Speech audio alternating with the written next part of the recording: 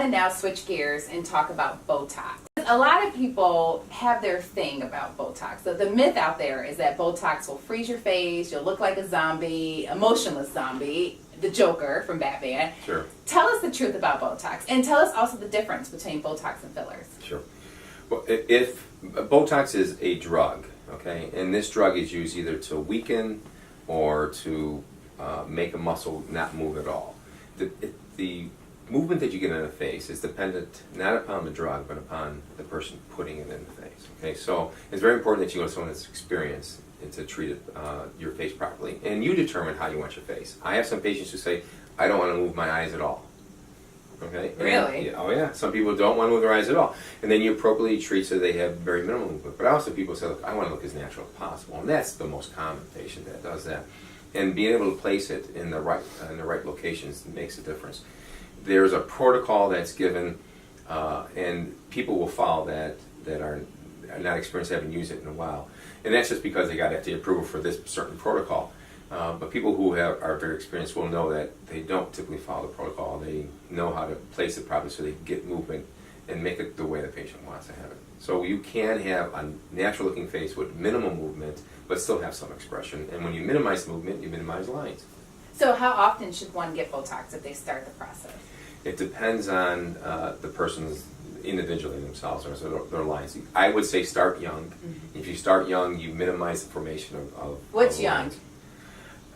I have young daughters and they're in their 20s and they do it. They're doing Botox in their 20s. Yes, I have many patients that are in their 20s that do And Botox. you recommend that? If they're already starting to see a little crease develop, do it before the crease becomes a large crease. You get creases like I have on my forehead, you already now need a filler, okay? And Botox won't be adequate for that. But you have real mild creases that young women will have, you can put Botox in and make them virtually disappear. Well, let's talk about the difference between the two. So Botox prevents the motion. A filler creates the volume where the crease is already developed. So when you are creasing your brow, creasing your forehead, you start causing damage to the lower layer of the skin, the dermis, and it starts to lose volume in that lower layer, and you make a little divot. Botox will stop the movement, but you still have the divot, and the skin will sort of sit in there, and you'll still have the crease. So if you put a filler in there, you lift that divot up essentially, and now you have a flat surface. And so Botox stops the movement, but doesn't lift it up. A filler will lift it up, but doesn't stop the movement. So many times you need both. It depends on how deep the crease is. So a lot of times people think Botox and filler, it's for women, right? But it's not true. No, it's not at all. Not nowadays anyway. I still remember 20 years ago I did my first man, and it was one of my first men, and I was kind of shocked. Wow, man's finally doing it.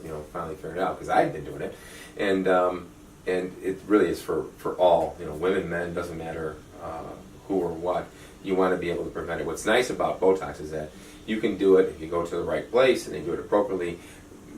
It won't be that noticeable. Women show off their Botox. They like to. Men, they want to hide it more. They don't want their buddies to know they're doing Botox, and then they give them a hard time.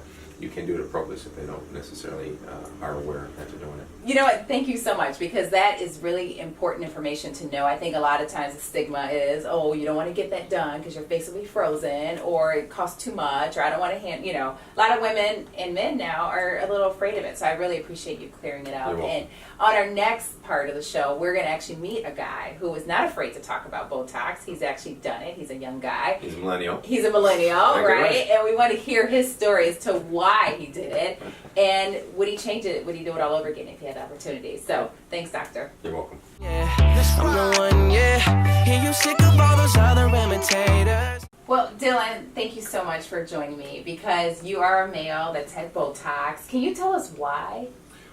A little about me. I'm actually, I'm Dr. Kovak's assistant practice manager, so I handle a lot of his back-end stuff. And we were actually at our Rockford office a year or two ago, and we were doing an interview with a magazine up there, and the guy doing the interview was a younger guy. He was probably around my age, and he'd lived in Rockford his whole life. And Dr. Kovak had pointed out, I was just kind of sitting in, and he was like, you can see the sun damage that he has, and he kind of pointed at me because I lived in Florida for 7 years before I moved up here, and it was kind of like he pointed out the wrinkles and stuff, and I was like, oh, But how old are you? I'm 30. And that was. Mm-hmm. how many years ago? Wrinkles in your 20s? A year or two ago, yeah. But, when you live in Florida and you're outside all the time and it's nothing but sun beating down on you, it definitely has an effect. So, we talked and I had, Dr. Kovak kind of, didn't know what to expect.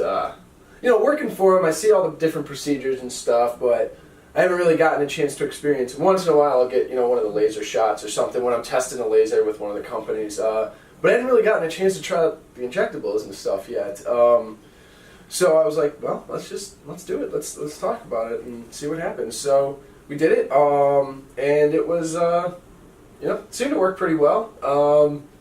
It was different, but the first time, I've done it a couple times now. Probably could use a touch-up at this point, but... I keep staring at your forehead because I'm just shocked. I mean, I didn't know until you told me. Yeah. So is it something that you tell people, or are you embarrassed? Oh, absolutely. Oh, No, you're not just at like, all. hey, this is what I do. Maybe it's different just because I work in the industry and stuff like that, but no, I'm not embarrassed by it at all, because I think it's what's important, truthfully, to change that kind of stigma of the tabloid celebrity who had a bad Botox job and stuff. Like, when people ask about that, when I tell them where I work and who I work for, they always, that's always the question that comes up. Oh my God, you get those frozen faces in there, and it's not really how it works. It's I do it. It's and It's not a big deal. no, Yeah. I don't know. So how often are you gonna do it? Dr. Kovak, for me, he's recommended probably every 6 to 8 months, truthfully, somewhere around there. So I think I'm due for another one pretty soon. But like he said, it can vary based on the individual. So. Okay. All right. Well, thank you so much. You look great. Well, thank you. It's great to see hear about a man because prior to doing the show and doing research, I talked to some women and I'm like, have you ever heard of a man doing it? They're like, no, men don't do that. It's a woman thing, and you proved them all wrong. So trying to change the game. Change the game. I love it, Dylan. Change that game. Well, thank you so much for being with Gabby. us. Okay, take care. Looking at the truth, the money never lie, no. I'm the one, yeah. I'm the one early morning in the dawn. Know you wanna ride now. I'm the one, yeah.